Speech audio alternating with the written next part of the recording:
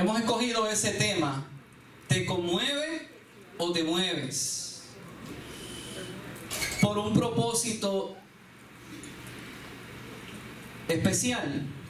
¿Sabe que el Señor... Yo hoy iba a predicar otro tema, pero en esas cosas de que uno está buscando y orando y leyendo, este verso bíblico, que ya mismo lo voy a mencionar, me llegó tan profundo al corazón. Y yo dije: Señor, esa es la temática que voy a mover, que voy a llevar a la iglesia.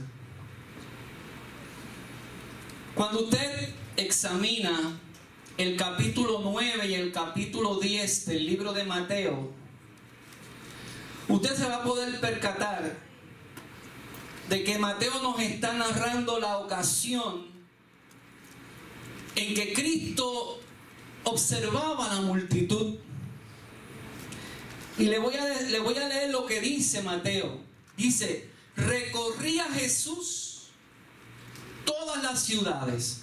Eso es lo primero que nos tiene que dar una enseñanza.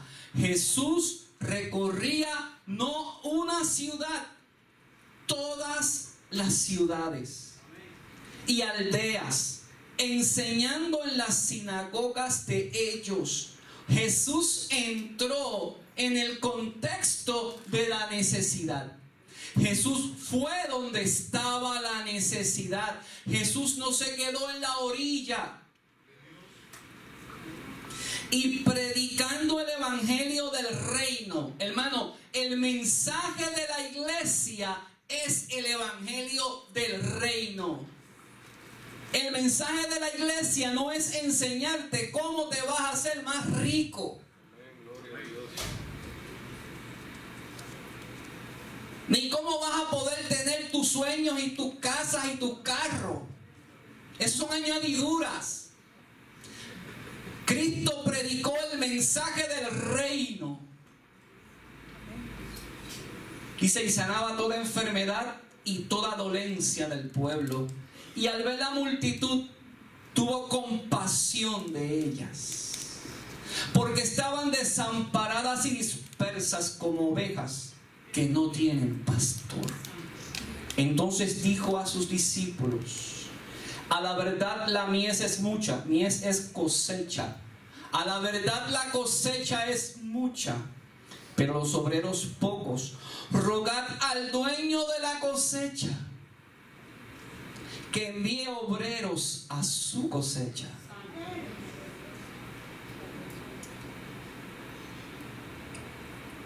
Amado, aún en los tiempos de Jesús, Él reconoció la necesidad de gente que pasara de la compasión a la acción. Jesús estaba mirando la multitud que estaban como ovejas sin pastor. Y Jesús reconoce que aún en tiempos de Él, la gente no estaba haciendo el trabajo que le tocaba hacer. Y le dice a sus discípulos: rueguen al Padre, porque miren la necesidad que hay y nadie la está atendiendo. Entendió Jesús que había gente, no había gente que pasara de la compasión a la acción. Y os rogad al Señor que envíe obreros a la mies. La mayoría de los creyentes queremos los beneficios del reino. Queremos las calles de oro, el mar de cristal. Queremos las añadiduras, queremos las bendiciones, queremos la salud, la liberación. Pero no todos quieren pagar el precio del servicio. Pero Cristo dijo: si alguno quiere venir en pos de mí, niéguese a sí mismo, tome su cruz cada día y sígueme. Amado, los tiempos que vivimos ameritan de creyentes que no se conformen con ser espectadores. Las iglesias están llenas de espectadores, de gente que lo que quiere es estar cómodo y no quiere salir de la rutina. Adoramos, Rey. Gloria a Dios. Aleluya. Gloria a Dios. Santo eres. Hoy día nos encontramos con una generación muy ocupada. Y la mayoría de los creyentes, lo más que le preocupa no son las almas que se pierden, no es servir a Dios. La mayoría de los creyentes lo más que le preocupa es su estatus social. Gloria a Dios. Le preocupa más su estatus económico. Hay creyentes que le preocupa más su estatus social y su estatus económico que su vida espiritual. Y están dispuestos a echar por el chorro su vida espiritual y su relación con Dios por su estatus social y su estatus económico. Jesús, aleluya.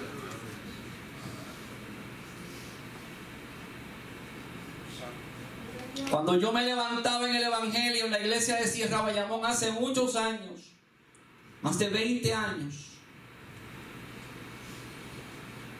nuestras metas personales, no solamente de los jóvenes, también de los adultos que se convertían, nuestras metas personales iban a la par con la pasión por el servicio. Y buscar en qué ministerio Dios nos quería usar. Queríamos ser doctores, pero queríamos ser doctores usados por Dios. Queríamos ser ingenieros, pero queríamos ser primero siervos de Dios y después ingenieros. Pero ahora se renuncia a Dios y al servicio porque primero es mi profesión.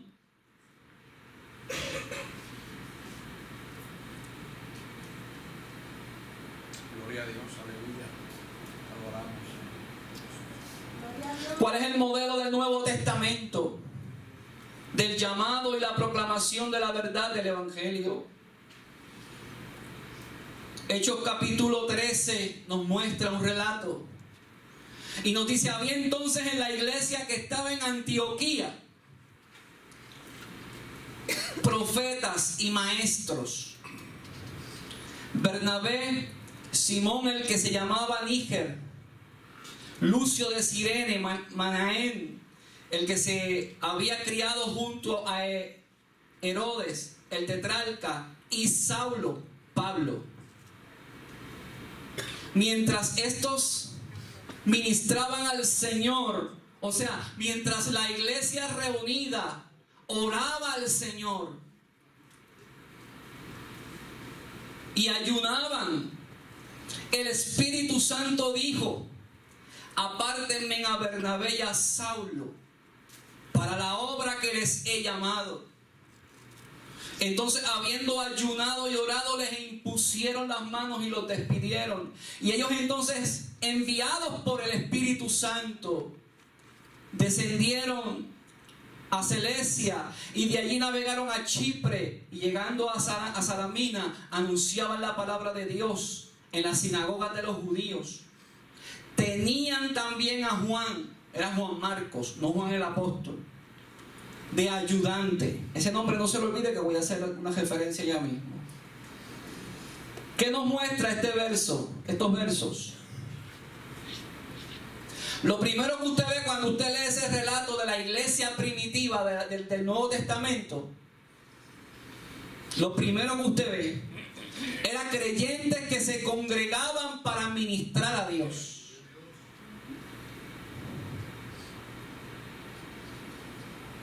O sea, no puede haber iglesia si no nos congregamos a ministrar a Dios. O sea, yo no entiendo los creyentes de hoy día que no se congregan. No los entiendo. Las manifestaciones del Espíritu ocurrirán donde los santos se congregan. Gloria a Dios. Donde hay dos o más reunidos en su nombre.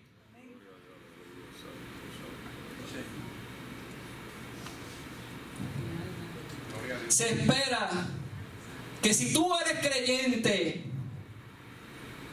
te debes de congregar con los santos. Porque de ahí es que surgen los llamados. De ahí es que surgen los ministerios. De ahí es que surge el servicio a la obra. No es quedándote en tu casa. No es siguiendo nada más que por las redes. Aleluya. Señor, amén. Gloria a Dios. Porque si usted dice que usted es parte del cuerpo de Cristo, le hago la siguiente pregunta. ¿Este es su cuerpo? ¿Acaso usted deja el brazo o la cabeza en su casa y sale? ¿O su cuerpo siempre está junto, unido? Aleluya. La iglesia no puede estar segregada. Si somos un cuerpo, tenemos que estar unidos. Tú eres importante, sea brazo, sea pierna, sea dedo, sea nariz, sea oreja. Tú eres parte de este cuerpo y tú eres importante y debes de estar aquí. Aleluya. Aleluya. Mi alma que bendice. Gloria a Dios. Santo es el Señor. Asimismo, el cuerpo de Cristo no puede estar segregado. Otra cosa que nos muestran estos versos, nos muestran una iglesia viva y activa. La iglesia es un cuerpo vivo y activo, porque es el cuerpo de Cristo y es el cuerpo donde mora el Espíritu Santo. Santo. Qué lindo, papá. Te amo, Yahweh. Otra cosa que nos muestran estos versos es que en la iglesia existen, y en el Antiguo Testamento, en el Nuevo Testamento, en la iglesia primitiva, existían diversos ministerios. Hay unos que no son mencionados, pero no quiere decir que no existían. Mencionan que había profetas y maestros. Asumimos que habían también apóstoles, que habían obispos, ancianos, porque ese era el orden bíblico, habían diáconos. Era el tiempo de la iglesia apostólica.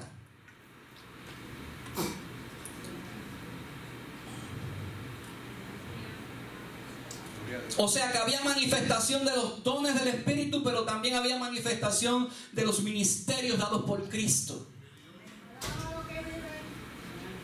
Y en una iglesia viva tiene que haber manifestación de dones y manifestación de ministerios. Si usted es parte del cuerpo de Cristo, yo dudo que Cristo lo haya salvado nada más que para darle una bendición los domingos. Yo creo que Cristo te quiere usar a ti. Yo creo que tú nada más no eres salvo para tirarte fotos en Facebook y ponerla y decir qué linda soy o qué lindo soy. O qué feo soy. O qué feo soy. Eso lo dijo usted.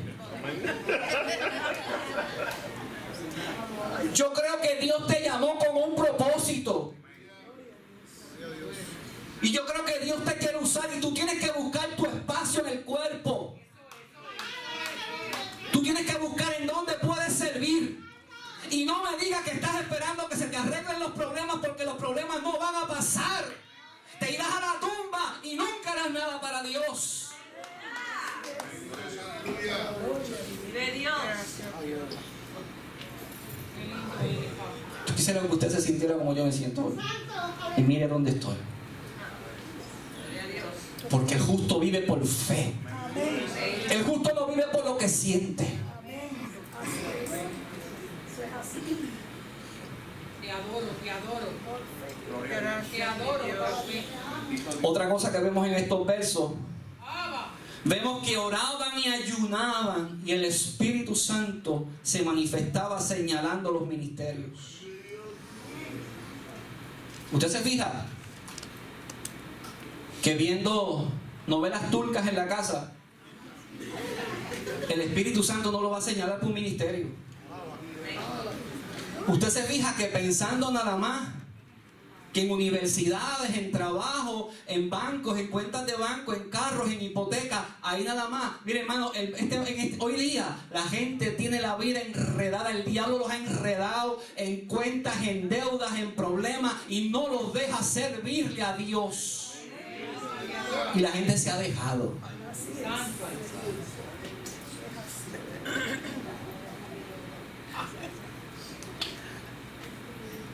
Gloria a Dios. Qué lindo eres, papá, te amo. Vemos acción, porque entonces le impusieron las manos y los enviaron. Fíjate, no vemos que solamente hubo oración. Ese es otro error que estamos cometiendo. Nos estamos quedando nada más que en la oración. Y tú tienes que pasar de la oración a la acción. No, pastor, yo no falto a los cultos de oración. Vamos a ver cuando empecemos los de evangelismo. Aleluya. Esa es la acción.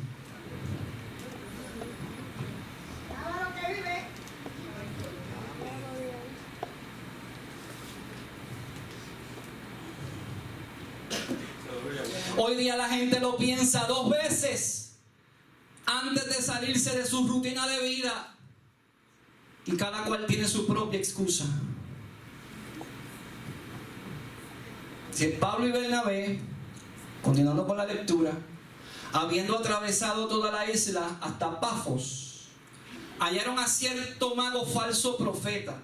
Había un falso profeta que se les atravesó en el camino, judío llamado Bar Jesús, que estaba con el procónsul Pablo, varón prudente. Mira, si usted cree que los gobernantes tienen malos asesores, en este tiempo, este hombre era un hombre varón prudente, dice la Biblia que era Sergio Pablo, el procónsul. Y al lado de él tenía un demonio de asesor, que se llamaba Bar Jesús. Era falso profeta. Y lo tenía al ladito, como asesor. Para que usted vea que eso no solamente pasa en este tiempo. Entonces dice que estaba con el procónsul. Dice, llamando a Bernabé y a Saulo, deseaba oír la palabra. El procónsul quería escuchar la palabra. Mira lo que dice: pero le resistía el falso profeta, procurando apartarle de la fe. ¿Ven? El diablo metiéndose, tratando de estorbar. Algo que le quiero establecer: siempre que usted vaya a trabajar para Dios, habrá oposición del enemigo. Eso es lo que hace que la gente se desanima. Usted va a evangelizar, toca la puerta, le tiran los perros, le cierran la puerta y dice: ay no, esto no es para mí.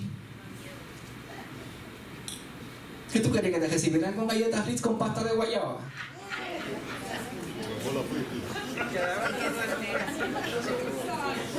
O sea, esto es una lucha espiritual. Le estamos arrebatando las almas al diablo. Y él va a resistir.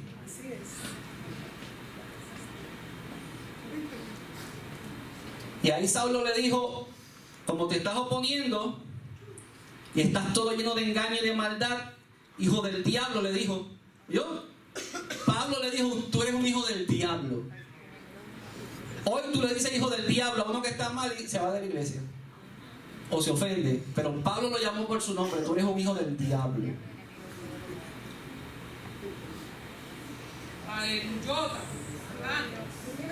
Y dice que en el momento se quedó ciego.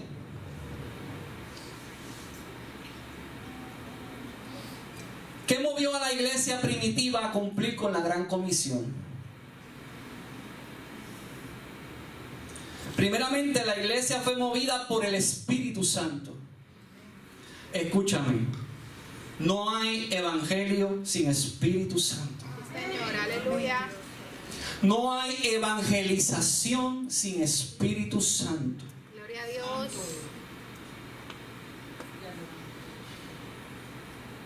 Entienda eso. Santo es el Señor. Dice, y no puede haber proclamación de las buenas nuevas con las señales del Espíritu Santo si no hay compasión. La compasión te conmueve.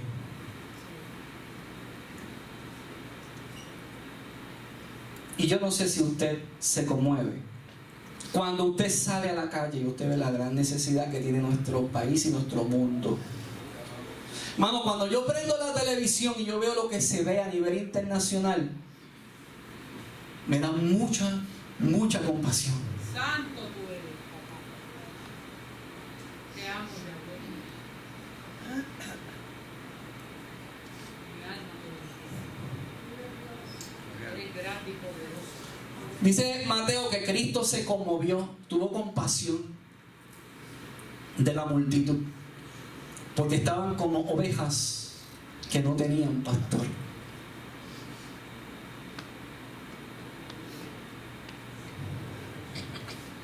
Yo me puse a buscar la etimología de la palabra compasión. Sus componentes léxicos son el prefijo con, que quiere decir convergencia de reunión. Patior en latín, que quiere decir padecer o sufrir. Más el sufijo coin, acción y efecto. ¿Y qué quiere decir eso? Compasión, sentimiento de clemencia, enternecimiento y piedad al ver a quienes padecen o sufren. La compasión es mucho más que tristeza, porque la tristeza te conmueve, pero la compasión te mueve.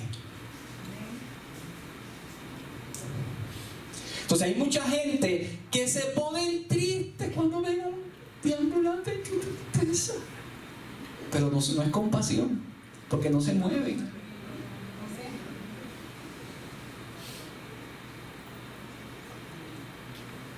Ayúdanos, papá, y métete de frente.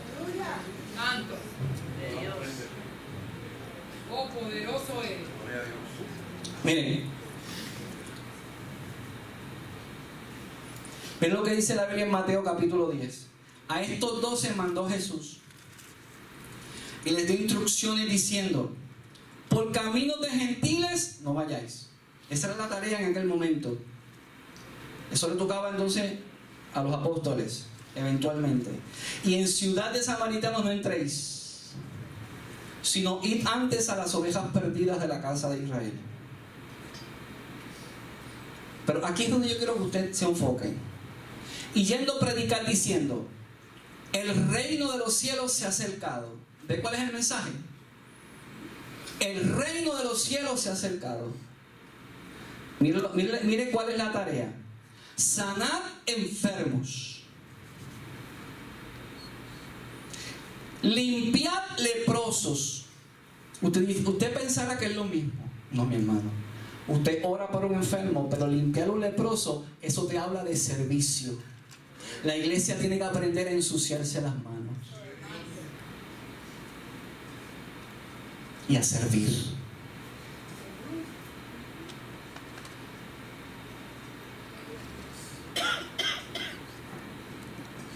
Resucitad muertos, echad fuera demonios. De gracia recibisteis, dad de gracia. No os proveáis de oro, ni de plata, ni de cobre en vuestros cintos, ni de alforja para el camino, ni de 2 túnicas, ni de calzado, ni de bordón, porque el obrero es digno de su alimento. Eso es. Santo.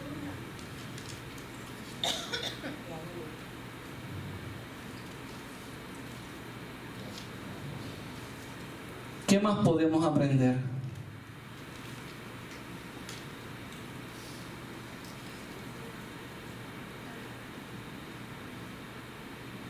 Miren, este fue el verso que a mí me impactó cuando lo estaba leyendo. Los judíos resistieron a los apóstoles, y cuando Pablo y Bernabé iban a entrar a la ciudad, Juan Marcos se bajó del barco y se fue. ¿Qué nos enseña eso? Que el que va a ministrar tiene que entender que va a haber momentos que tú tienes que obedecer a Dios, aunque la gente te deje y te quedes solo. Pablo no se rindió porque Juan Marcos se fue. Juan Marcos se fue, Juan Marcos se lo perdió. Pero él y Bernabé siguieron con la misión. El que se va, lo hace por su decisión y pierde la bendición. Pero este fue el verso que a mí me impactó. Después que los judíos resistieron el mensaje de Pablo, y dice que se interpusieron para que él no predicara. Él cita y dice: te he puesto por luz de los gentiles, una palabra que se profetizó y que era para nosotros, a fin de que seas para salvación hasta lo último de la tierra. Escúchame lo que te voy a decir. ¿Sabías que el libro de los Hechos lo continuamos escribiendo a la iglesia? Aleluya. Los Hechos no se han terminado de escribir. Mientras la iglesia esté aquí, se siguen escribiendo los Hechos. ¿Sabías que era humanamente imposible que Pablo predicara al mundo entero? ¿Y a quién le tocaba continuar esa tarea? A ti y a mí. Te hago otra pregunta. ¿Cómo podemos completar la tarea si nuestra prioridad es el trabajo, la casa, el carro, ser exitoso? Si nuestra prioridad es el placer.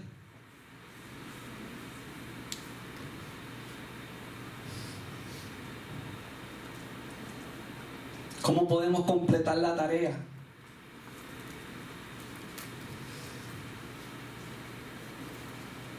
Si nos aterra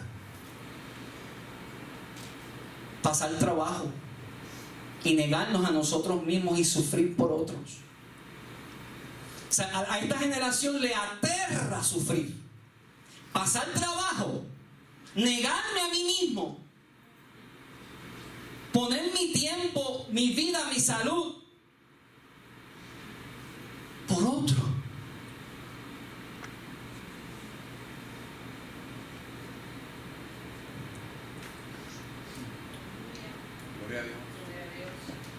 Entonces Jesús, llamándolo, les dijo, Mateo 20: ¿sabéis que los gobernantes de las naciones se enseñorean de ellas, y los que son grandes ejercen sobre ellas potestad? Mas entre vosotros no será así. ¿Escuchó? Cristo dijo: entre ustedes no va a ser así, sino que el que quiera hacerse grande entre vosotros será vuestro siervo, y el que quiera ser el primero de vosotros será vuestro siervo.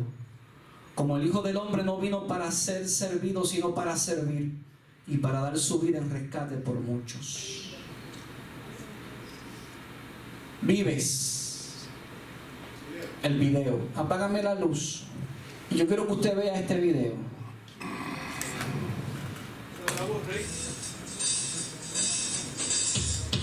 Apáguenme esta. Decidimos hacer un experimento social eclesiástico para ver cómo reaccionaban los jóvenes cristianos al acercamiento de alguien de la calle para entrar a una actividad espiritual. Fui invitado como orador a un evento de líderes de jóvenes en un país de Sudamérica. Me disfracé para hacer el papel de una persona con profundas necesidades espirituales que buscaba ayuda en los seguidores de Jesús. Estuve parado allí casi 1 hora y 30 minutos. Todos me pasan por el lado, nadie me saluda. Entonces decido ser un poco más obvio, así que pregunto de qué se trata la actividad. Cuando me dicen que es un evento cristiano, le expreso mi deseo de entrar y que estoy dispuesto a pagar mi boleto de entrada. Ellos me explican que no hay espacio porque se vendieron todas las entradas, lo cual era cierto. Varios me dieron la misma razón. Después de un rato, al darme cuenta de que nadie me va a invitar a entrar, decido ponerme un poco más dramático. Hablé con varios jóvenes explicando que sufría de ansiedad y de pensamientos de suicidio. Les pido con insistencia que me dejen entrar para escuchar la palabra de Dios. Aunque algunos me hablaron de Jesús y de su amor y me dieron algunas palabras de consuelo ante mi supuesta situación, nadie hizo el esfuerzo para que yo pudiera entrar. En ese momento estaba decepcionado. ¿Dónde estaba el problema? ¿En la indiferencia? ¿En la timidez? ¿Sería que se intimidaron por mi apariencia? ¿O quizá en la falta de determinación para romper un poco las reglas y dejar pasar a esta persona con necesidad, aun cuando no hubiera espacio en el teatro? Todo parecía indicar que en mi experimento la iglesia había fracasado en su deber de ayudar a otros. Sin embargo, de pronto apareció alguien que evidentemente comprendía su misión en esta tierra. Una jovencita de apenas 13 años, junto a su amiga, se me acercó a preguntarme qué necesitaba. Le expliqué que quería entrar a la actividad. Sin pensarlo dos veces, aquella chica comenzó a quitarse de su muñeca la banda que autorizaba su entrada. Me la ofreció. Quedé impresionado por su gesto, pero más aún cuando le pregunto cómo entonces ella va a entrar a la actividad. Me respondió que me cedía su lugar y que ella se quedaría afuera. En ese momento el organizador del evento, que sabe todo lo que está pasando, admirado por el proceder de la jovencita, le dice que no es necesario que alguien se quede afuera y nos deja entrar a todos. Esta adolescente me guió al teatro, me ayudó a buscar asiento y me dijo: Dios te bendiga. Qué gran sorpresa fue para ella y para todos los presentes cuando me presentaron como el orador del evento.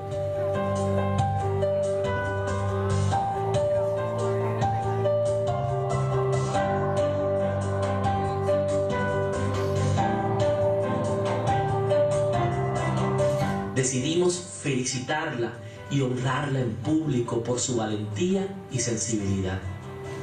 Pero más importante fue que todos aprendimos una valiosa lección. Ser más empático con la gente y mirar más allá de lo exterior. Aprendimos a imitar a Jesucristo en su amor por la humanidad.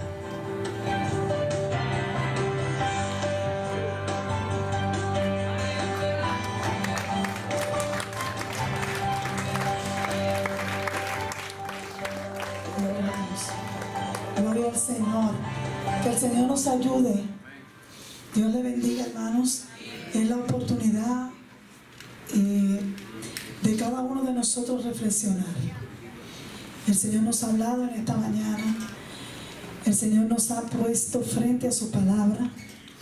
La Biblia dice que la palabra es una espada de doble filo y cada uno de nosotros tiene esa necesidad. Amén.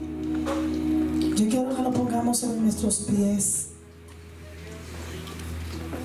y vamos a pedirle perdón al Señor. Yo voy a pedir el perdón al Señor porque no he tenido esa compasión. ¿Cuántos lo creen? Vamos a pedir al Señor que esa compasión que solamente la pone el Espíritu Santo, el Espíritu Santo pone ese amor por las almas, por los que se pierden, por los que están deambulando, por las personas que nosotros vemos que aparentemente no merecen el amor de Dios, y todos nosotros merecemos el amor de Dios. ¿Cuánto lo creen? Yo quiero que usted cierre sus ojos y en esta mañana vamos a pedirle perdón al Señor, pero vamos a pedir al Espíritu Santo que llene nuestro corazón de su amor. Amén. Padre, gracias. Gracias por esta mañana. Gracias porque en verdad creemos que tu Espíritu Santo ya nos ha llenado de tu amor. Porque Romanos 5:5 dice que la esperanza no avergüenza. Porque ya tu amor ha sido derramado en nuestros corazones. Pero hoy pedimos perdón porque no hemos dejado manifestar ese amor. Hoy nos humillamos delante de ti. Te pedimos que nos limpies con tu sangre y que tu Espíritu Santo nos llene de esa compasión. Oh, que tu Espíritu Santo nos ayude a demostrar en todo momento tu amor. Llénanos de tu amor.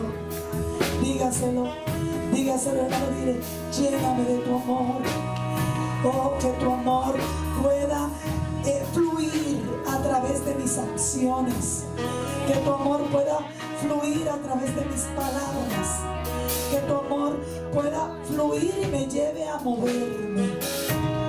Que no solamente sea una tristeza. Que no solamente sea un dolor, sino que me mueva a actuar en base a esa compasión. Gracias, Señor. Gracias por tu amor. Gracias porque desde hoy decidimos a dejarnos sensibilizar en nuestro espíritu, en nuestro corazón por tu amor. Aleluya. Gloria a Dios. Gracias, Señor. Gloria al Señor. Aleluya. Dios le bendiga.